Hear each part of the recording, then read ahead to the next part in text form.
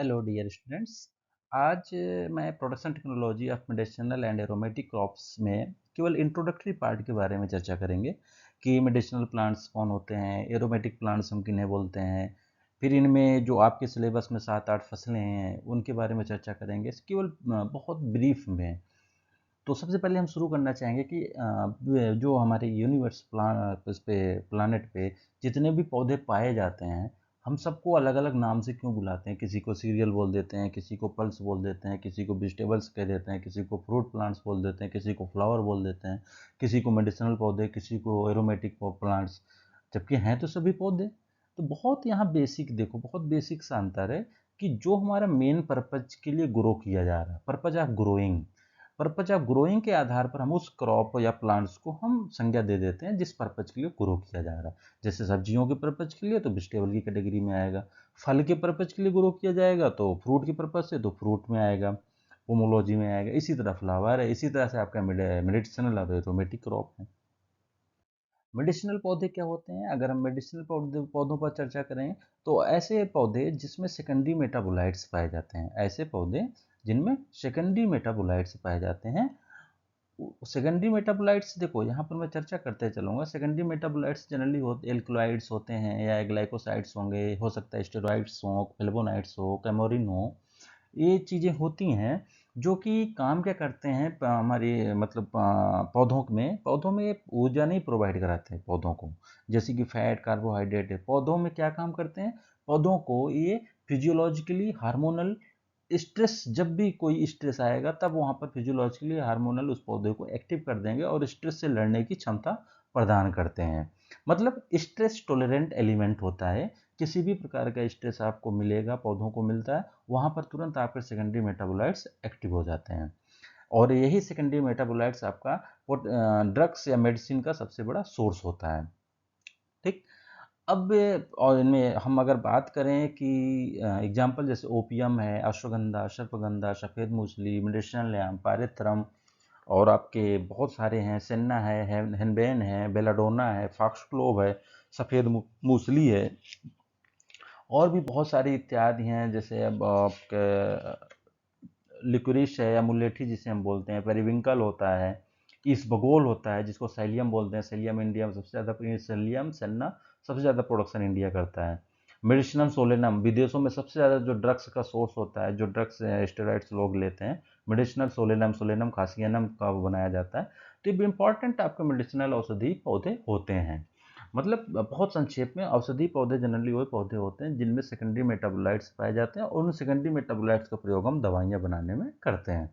दूसरा aromatic, aromatic ऐसे पौधे होते हैं जो इसेंशियल ऑयल पहुँच करते हैं। अब इसेंशियल ऑयल मतलब ऐसे पौधे जिसमें बहुत सूक्ष्म मात्रा में इसेंशियल आवश्यक तेल पाया जाता है, और जो आवश्यक तेल होते हैं आपके, इसेंशियल ऑयल जिसमें पाया जाए, और इसेंशियल ऑयल जो होते हैं वो बने होते हैं आपको इनका ओडोरिफेरस या फ्लेवरिंग एजेंट या परफ्यूम इंडस्ट्री में इनका उपयोग किया जाता है। ठीक। और ये साइक्लिक या साइक्लिक मोनोटर्पेनॉइड से मिलकर बने हुए होते हैं, ये ध्यान में रखना है हमें। एग्जाम्पल के तौर पर इसमें हम देखते हैं lemon grass, citronella, geranium, mint या ऑसिमम, और भी आपके बहुत सारे हैं, डवाना है, केवड़ा है, और आपका लेमन ग्रास है। ठीक। तो बहुत सारे क्रॉप होते हैं जो आपके एरोमेटिक में आते हैं। मोस्ट देखो, बहुत एक लाइन में, औषधि पौधे क्या है जिसमें सेकेंडरी मेटाबोलाइट्स पाए जाते हैं जिनका प्रयोग दवाई बनाने में किया जाता है। एरोमेटिक प्लांट्स क्या होते हैं? ऐसे पौधे जिसमें इसेंशियल ऑयल पाया जाता है और जिनका उपयोग हम कॉस्मेटिक या परफ्यूमरी इंडस्ट्री में करते हैं। ठीक। बहुत सिंपल सा है। अब चलते हैं क्रॉप वाइज, जो आपके सिलेबस में 7-8 फसलें हैं। सबसे पहले मेंथा। मेंथा देखो क्या है कि इसमें मेंथा आपका जो जीनस मेंथा है, जिनको हम मिंट बोलते हैं और हिंदी में हम मेंथा बोलते हैं, इसमें 25 स्पीसीज है, जिसमें 25 स्पीसीज में मोस्टली 3 बहुत कॉमन है, जिसमें आपका जापानीज मिंट, जो कॉमनली हम लोग गर्मियों के दिनों में खेती करते हैं, जिनका मेंथा अर्वेंसिस वैरायटी, पेपरेसेंस, और पेपरमिंट मेंथा आपका पिपेरेरिया, और तीसरा आपका कॉमन है स्पीयरमिंट होता है, मेंथा स्पिकाटा। ये 3 स्पीसीज बहुत, तीसरा मैंने लिखा नहीं, तीसरा में आपका स्पीयरमिंट या कॉमन मिंट होता है, जो गर्मी के दिनों में हम ठंडक के लिए मोस्टली यूज करते हैं, पानी में डाल के इन सारी चीज़ों में। ओरिजिन प्लेस इसका मेडिटेरेनियन रीजन बोलते हैं, भूमध्य सागरीय क्षेत्र, यूरोपियन कंट्रीज। क्रोमोजोम नंबर इसका 72 होता है। यूजेज इसका वही मेंथॉल प्रोडक्शन, मेंथॉल जो होता है इसमें मेन केमिकल मेंथॉल क्या काम करता है कि जनरली ये फ्लेवरिंग एजेंट के रूप में यूज करते हैं, जैसे कई बार आप खाते होगे चिंगम या सारी चीज़ें, ठीक। और आपका कूलेंट का काम करता है, आपका एंटी प्यूरेटिक एंड एज कार्मिनेटिव भी ये काम करता है। और भी बहुत सारी चीज़ें, जैसे इरिटेबिलिटी हो रही, कहीं कुछ आपको काट लिया चींटी या बिच्छू या मधुमक्खी, तो वहाँ पर भी मेंथॉल का सबसे ज़्यादा प्रयोग किया जाता है। मेंथॉल ऑयल लगा लो और मेंथा का ऑयल लगा लो, आपका वो चीज़ वहाँ पर तुरंत उनका प्रभाव कम होता हुआ दिखाई पड़ता है। वैरायटीज़ में जाएंगे तो जापानीज मिंट में हिमालय सीमैप की हाइब्रिड 77, जिसको कालका बोलते हैं। RRL regional research laboratory medicinal का जम्मू में स्थित है, 118/3। कोशी पेपरमिंट में आपका कुकरैल है, प्रांजल है, CIM मतलब ये सीमैप से CIM मधुरश, और आपका CIM इंडस और तुषार है। नेक्स्ट क्रॉप हमारा सेट्रोनेला। सेट्रोनेला आपका सेट्रोनेला वेंटेरियरस, आपका शेम्बोपोगान भी, इसको सेट्रोनेला जो है आपका शेम्बोपोगान विंटेरियनस, शेम्बोपोगान विंटेरियनस भी इसका बॉटनिकल नेम होता है। सेट्रोनेला, लेमन ग्रास, ये सब एक ही जीनस से बिलोंग करते हैं। पोएसी फैमिली या ग्रेमनी फैमिली का सदस्य है। 20 chromosome number, original place Sri Lanka है। इसका मेन सेट्रोनेलोल ऑयल इसमें पाया जाता है। मेन काम मॉस्किटो रिपेलेंट, कॉस्मेटिक और डिओडोरेंट से परफ्यूमिक इंडस्ट्री में उपयोग होता है। और इसकी जो वैरायटीज़ हैं आपकी, मंजूषा है, मंदाकिनी है, मंजरी है, CIM जीवा है, जामारोसा है, बायो 13 है, एटसेट्रा इसकी वैरायटीज़ हैं। खसखस, जिसको वेटिवर भी बोलते हैं, बोटेनिकल नेम इसका वेटिवेरिया। जिजेनियोइट्स होता है, फैमिली ग्रेमनी है, क्रोमोसोम नंबर 20 है, ओरिजिन इंडिया है। यूजेज इसका फ्रेग्रेंस और परफ्यूम इंडस्ट्री में इसका बहुत ज़्यादा यूज करते हैं। इकोनॉमिक पार्ट इसका रूट्स, जो इसके झकड़ा जार पर इसकी पहचान है, और परफ्यूम इंडस्ट्री में इसको हम करते हैं। हाँ, खसखस का उपयोग शॉप मेकिंग में सबसे ज़्यादा किया जाता है। इसका जो ऑयल प्रोडक्शन होता है मोस्टली वो साबुन बनाने में किया जाता है। इसकी जड़ों का प्रयोग हम मैट बनाने में और मैट बनाने में कर सकते हैं, जैसे कि एरोमेटिक मैट हो गया, ब्रूम्स हो गए, स्क्रीन्स हो गए, पिलोज में, उसमें तकिए में, और मैट्रेसेस गद्दों उद्योग बीच में बम्बू स्टिक स्प्लिट्स के साथ साथ गद्दों के बीच में भर देते हैं। तो बहुत बढ़िया खुशबू और सुगंध, और साथ साथ इसमें जो इसका साथ में मेडिसिनल प्रॉपर्टीज भी इसमें जो पाई जाती है, उसके तहत भी आपको खांसी, ये सारी चीज़ें में काम करता है। समर सीजन में क्या करते हैं, इसकी जड़ों को छोटे छोटे भागों में डुबो के पानी में भिगो के रख देते हैं, फिर ठंडे पानी में जब पीते हैं तो उस पानी में बहुत अच्छी खुशबू आ रही होती है। ठीक। रूह अफ़ज़ा, जैसे आप गुलाब से रूह अफ़ज़ा बनता है, वैसे ही इससे भी बहुत अच्छी फ्रेगनेंस प्राप्त करते हैं वेटिवर से, खसखस से। अभी इवन हो सकता है, कई बार पतंजलि का एक प्रोडक्ट भी आता है खसखस का, पीने के लिए गर्मी के दिनों में, उससे वही रूट की कटिंग उसमें पड़ी रहती है। रूट से फार्मास्यूटिकल इंडस्ट्री में भी इसका रूट्स बहुत ज़्यादा यूज किया जाता है, एलोपैथिक और इन सारी चीज़ों में भी। और स्टिमुलेंट जैसा काम करता है, रेफ्रिजरेंट जैसा काम करेगा, और आपके पेट में कोई समस्या हो रही है वहाँ पर भी बहुत अच्छा काम करता है खसखस। ठीक। ऑसिमम तुलसी, तुलसी एक एरोमेटिक प्लांट्स है, लेकिन इसका मेडिसिनल प्रॉपर्टी फार्मास्यूटिकल इंडस्ट्री में भी बहुत अच्छा काम है। ठीक। ऑस्मियम बेसिलिसम इसका botanical basilicum, family Lamiaceae, origin place India, basic chromosome number 12, somatic chromosome number 72, 72। Uses as aromatic, perfumery और कॉस्मेटिक इंडस्ट्री में इसका उपयोग किया जाता है। As a medicinal, anti inflammatory, antioxidant properties इसमें पाई जाती है।